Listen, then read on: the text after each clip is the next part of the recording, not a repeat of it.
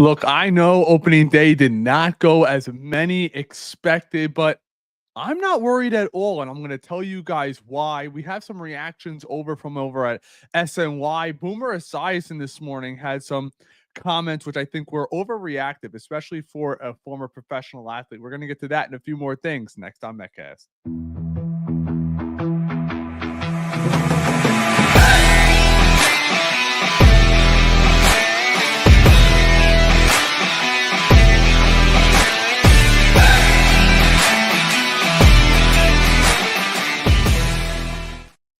What's going on, friends? As always, I am Rain. If you're enjoying this content, I ask you to like and subscribe. Turn on those notifications to never miss a live. And yes, obviously by now you know the New York Mets fell to the Houston Astros yesterday 3-1.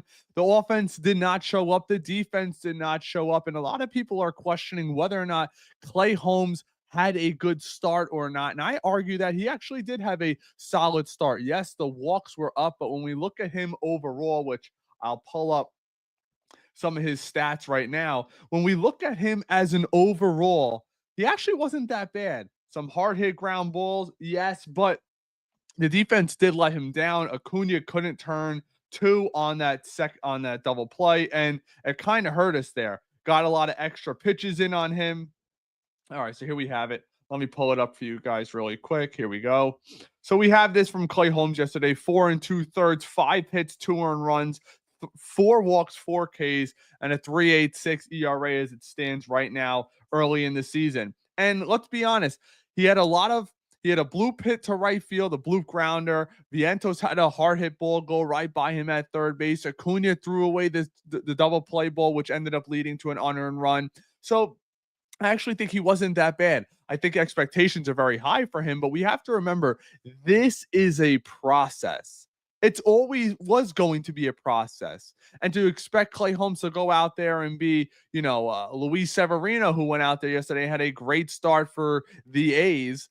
It just wasn't going to happen. But overall, I think it was an okay game. You're facing a top-end pitcher in Valdez, and obviously everybody knows about Josh Hader. Now, I want to get to some comments over from Boomer Esiason this morning.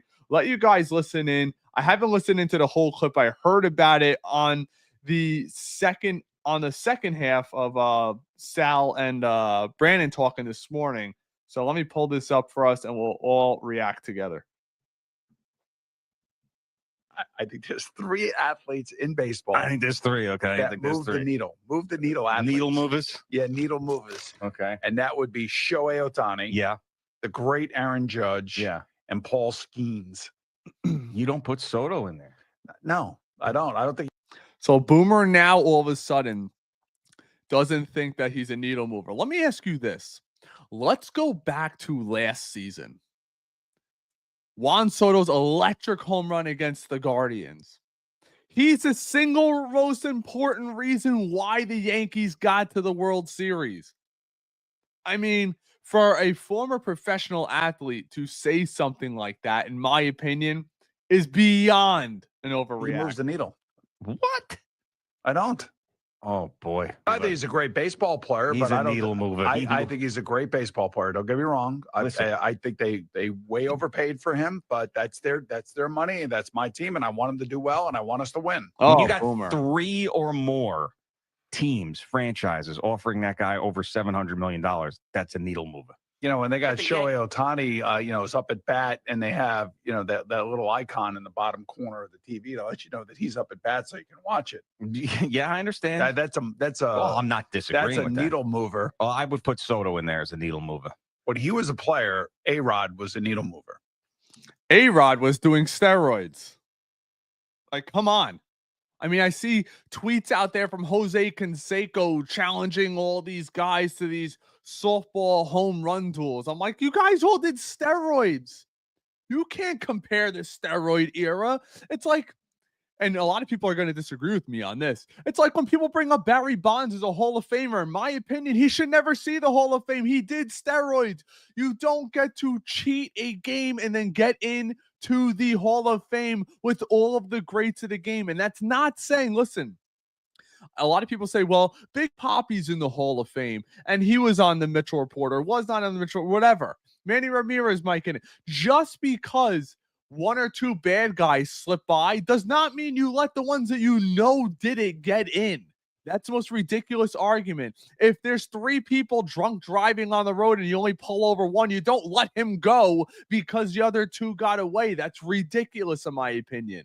You can't compare the steroid era. I mean, A-Rod was the first ever person to receive a lifetime suspension. He sued MLB. He sued the New York Yankees. Come on, Boomer. Yeah, and but he And was I'm going to moving- say something here that people aren't going to like. Derek Jeter was not a needle mover. He was a clutch player. I think Boomer Esiason, look, and I like Boomer. I believe I've met him before at one of their events. Nice guy. I think it's a complete overreaction. You know what? If Juan Soto, it doesn't swing at that slider and gets a walk, everybody, and it's funny that Sal Licata actually spoke about this morning. He goes, I'm screaming, swing the bat. We're not paying you $700 million to walk. You can't force someone to throw him strikes. It was a great matchup.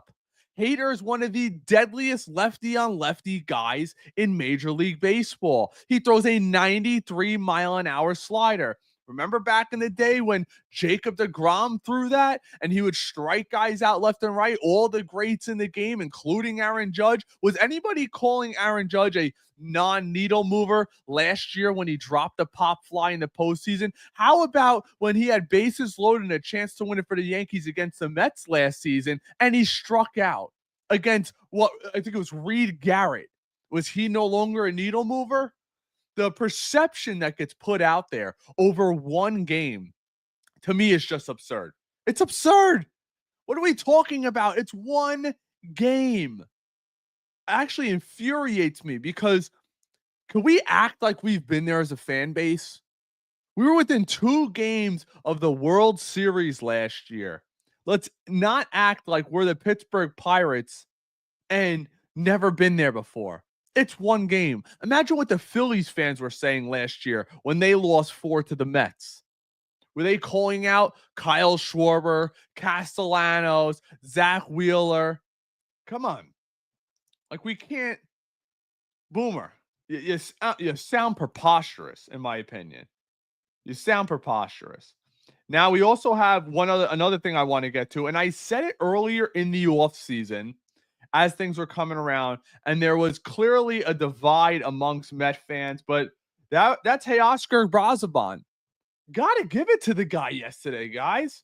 2 1/3, 1 hit, 2 Ks, 1 walk, no runs allowed. Obviously, you would take that every outing, but he's throwing 97. And one thing that I noticed, a little bit of a difference this year, and I'm not saying, look, it's one game. I'm not going to overreact. It's very easy to say, oh, we found another great reliever. We don't know yet. But it looked like his fastball had a little bit of a 2-seam movement to it, where last year it looked like it was straight as an arrow. And that's one thing, that's a big reason why I think Brandon Sproat struggled when he got to AAA. If you watch his fastball, which I did live throughout spring, I was there with him, not with him, but right there watching him warm up, do long toss, pitch. I sat front row behind home plate. His fastball straight as a dart, which is okay if you have great secondary stuff, but they want to get some cut on that ball. And before we get to my next clip of the guys over at SNY covering, let's get to some of you guys in the comments. Diddy, shout out to you, brother. Appreciate you chiming in. DLM, the winner of the Francisco Lindor neon chain yesterday. Bro, make sure you DM me on X so that way you could claim your prize. And I just got to get your shipping address, and I'll be sure to send that to you. All of our giveaways are legit. I don't want anybody to think anything else, but shout out to you. Phil, I agree. Would anybody be surprised if the Mets came out today guns blazing and just wiped the floor with the Astros? I wouldn't. This is a legit offense. And one thing, and again, it's one game, so I'm not going to overreact. Take a peek at Pete Alonso yesterday going to right field. That's all we want. If he goes to right field, he will hit 35 home runs and he'll hit 265. And that is plenty. And one thing that got brought up on the WFAN clip that we were watching earlier, that I was listening to earlier today, they were talking about how well, maybe Soto's sitting there thinking I don't have Judge behind me, so I got to get a. I think that's total BS. I don't think Soto's sitting there thinking I can't let Alonso get up. They're saying, oh, he doesn't want to pass the baton. I think that's total BS. Nobody's thinking that right now. Come on. What are we doing? Chad, thanks for chiming in. Mets uploading that Soto Part 2 series is a terrible timing on social media. Listen, it's just one game, my guy. It's just one game. Hader was giving the game away. I agree. He was kind of all over the place. Phil, let's go Mets. I agree. He was a little all over the place. Just was. Is what it is. Let's say Barry Bonds to his ass. I agree, man. I'm not like that. Maybe you guys think different. Let me know in the comments. Make your argument. I'll listen to them because I listen to every part of the aisle always. But for me, Barry Bonds, once you do juice, you cannot be in the Hall of Fame. Severino did look great yesterday. He did, but even he gave up a bunch of walks, a bunch of hits. Pete had the right approach against sinker baller. Totally agree with you, bro. 100%. Pete did look good at the plate yesterday, but then again, it's one game. So we have this clip over from BBSNY, and shout out Jose Reyes is on this. Jose Reyes actually just followed us on X the other day, which is pretty damn cool. They're going to be talking about Juan Soto's at bat. I have not listened to this yet, so we can react together. Let's give it a listen. We don't see Soto 3-2 to swing that pitch. Maybe he was a little bit exciting on that situation. He wanted to put the team in great position to win that game. And you have to give some credit to the Houston. Yes, because he's one of the best. Soto said, but most of the time on that pitch, Soto is in base because he take a walk. But maybe he was a little bit hype, and and I'm sure he was hyped too. I mean, from the closer, so tough pitch to lay down. To your point, right? The closer, like he is one of the best in the game. And did he chase the pitch? Yeah, he chased after the pitch. But to me, they got their feet wet. They start the season. There's a lot of changes for the. One thing that nobody's talking about, which I love, of course, because it's always about bash the Mets, bash the Mets, bash the Mets. We all know that. But how about the fact that this team battled back again? They're down 3-0, and in the last innings of the game, they battled back with a chance to either tie it or go ahead in the ninth. You can't ask for much more than that, especially when the bats are silent throughout the game. The New York Mets, I think there's a lot of places you could circle and put an X and put some red highlight there too. We don't see Soto. And I will say this, and those are their comments right there. And I will say this, and if I'm going to be honest with you guys, I'm not going to say I'm nervous now, but one thing that's always in the back of my mind is Francisco Lindor going to do what he did last year early on. That does make me nervous. I'm not going to sit here and lie to you guys. I don't want him to start off where he can't hit the first month and a half of the season. I'm not saying that's the case. He could go 2 for 3 today or 3 for 4, whatever it is, and it kind of puts that to rest. But that's something that's always going to be in the back of my mind. So we have this over from Andy Martino over at SNY talking about the Klay Holmes start, and I'll get a little bit into it as well. Let's give it a listen. So this is really interesting, and I had the chance to talk to Holmes a little bit about this on the side after he was on camera. He, as you saw, he went to the sinker a lot, and the command on the sinker went in and out, and he was questioning himself a little bit in a way where he's clearly still learning his new role about, should I have gone to the full arsenal or not? I think there's a difference here when you get into competition. In spring training, he's throwing everything, he's working on it, looks great. But there's got to be something, and Jose could certainly speak to this a million times better than I could as an athlete. But I did talk to Holmes about it, where when you're out there and it's actual competition today for the first time in that role, I got one of the best sinkers in baseball. I'm going to keep throwing that. He threw 49% sinkers today, 34% sinkers in spring training. So it seemed a matter of like, when exactly do I mix in those other pitches, getting used to that new role. On camera in the interview you saw in the postgame, he said, yeah, there might have been some more spots for that changeup. He threw 4 changeups. I know that's supposed to be a pitch to lefties, and this is a very righty-heavy lineup he was facing, but he's like, maybe he could have thrown the changeup a little more. So what was interesting is how he kind of defaulted to what made him an all-star pitcher, reliever, rather than throw the wide array of plus pitches that he had in spring training. And he readily acknowledges, as a very thoughtful guy that he is, that that's going to be part of what he has to continue to learn. I agree. I thought there wasn't enough. I thought it was just me. I'm watching him throw this wiffle ball changeup all throughout spring training, and then it kind of disappeared opening day. Maybe he's not 100% comfortable with it, but if he's going to be an effective major league hitter or pitcher, excuse me, he's going to have to get used to throwing that changeup. Even if you're only throwing it 10% of the time or 12% of the time, it can't be 4 out of 90 pitches or 4 out of 80 pitches. You just can't. And yes, who pitched it? We have Tyler McGill, the vaunted. And I will say this about Tyler McGill. I don't want to say he's on his last legs, which he's not because he still has options, but he's complaining I don't want to say complaining. Maybe that's the wrong terminology. He was talking about wanting to stick on an MLB roster. That's up to him. If you want to stick on a major league roster, you got to make it work. It can't always, if you fail, that's on you. And that gets us to our next point. Talking about Luis Angel Acuna. And I said it the other day, and I got a lot of flack from Mets fans, and I guess it'll remain, we'll see. But I don't think he deserved a spot on this major league roster. I just don't. 500 OPS throughout spring, 600 OPS in AAA, and yes, he had the good stretch run, and we could all acknowledge that last year. But the league catches up to you very quickly.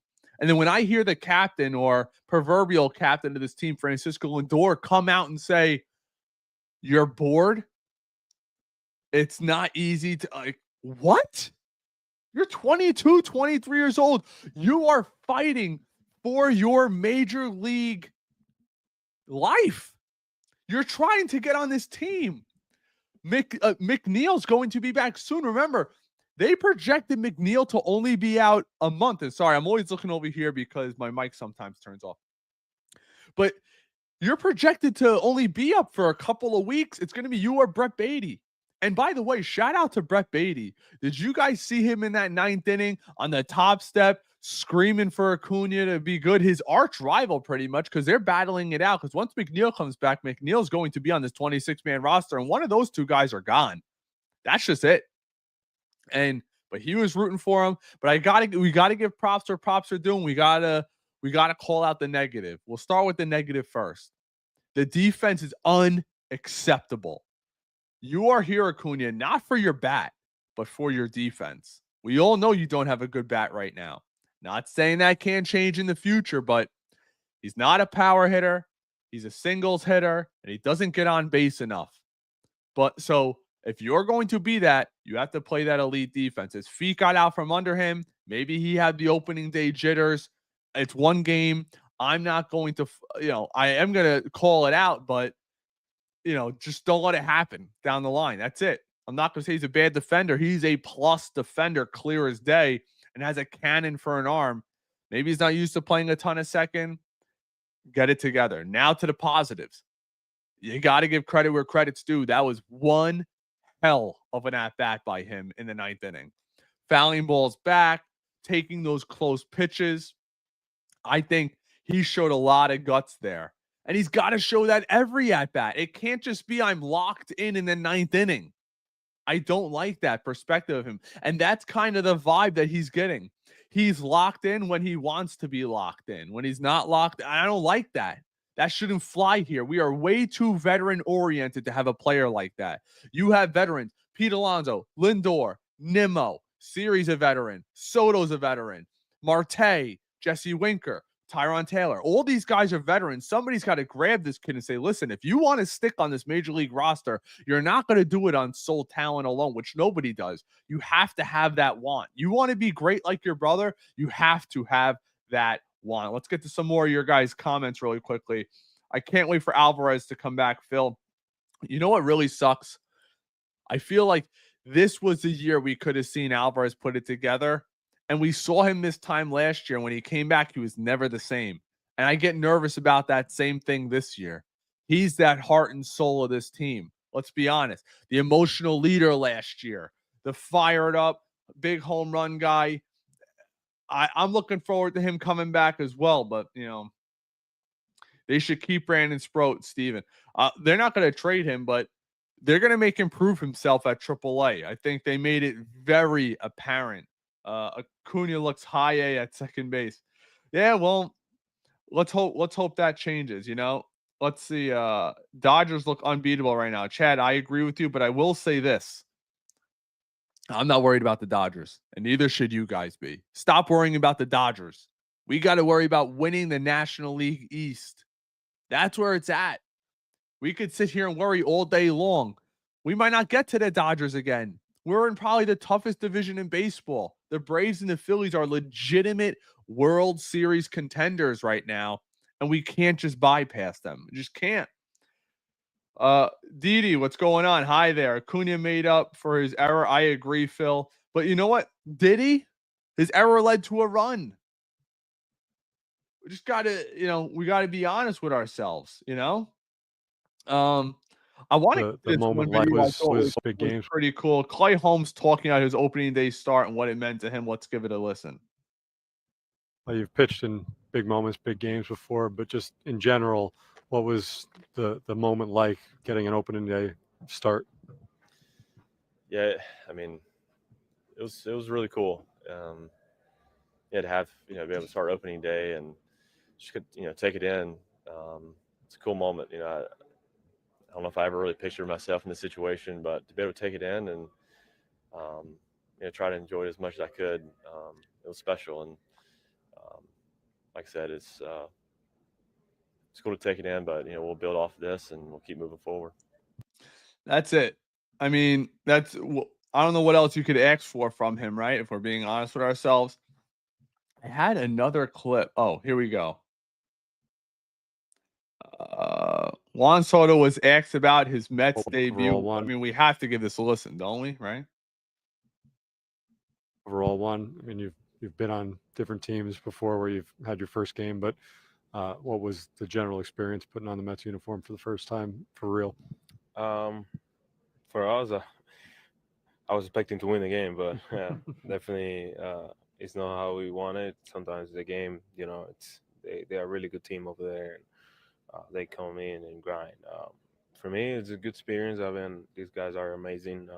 We've been having a good time since spring training, so we just got to bring that all the way.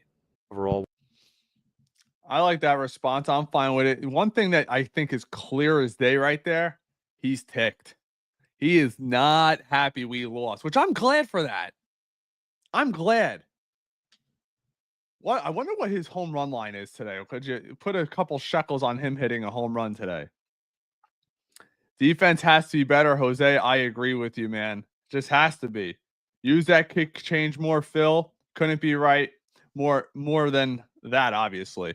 But I want to say this, people. Tonight, I'm not sure at some point, it won't be to start the game. Shout out to everybody who checked in on the live yesterday. 3-hour live stream. A lot of fun. I was livid. The MLB app, MLB Network, please. If you listen to any of these podcasters, get your crap together. Unacceptable. Opening day, your app goes down for everyone throughout Major League Baseball. Think about that. Literally everyone. But at some point tonight, we'll be going live. I'm guessing probably around the 5th or 6th inning. Maybe we'll do something like throughout the season where we do the final 3 innings of every game, then a little post game. I appreciate you all checking in. That's all I got for you guys today. Let's see. Yes, I think I'm pretty sure Beatty is a lock to be in there tonight, Sands. But I appreciate you all checking in. That's my little recap today. I just want to say, everybody, just relax. Enjoy your day. We have Juan Soto. We have our New York Mets. And I predict we're going to win tonight handedly. See you all tonight on the live. Let's go Mets. Take care, everyone.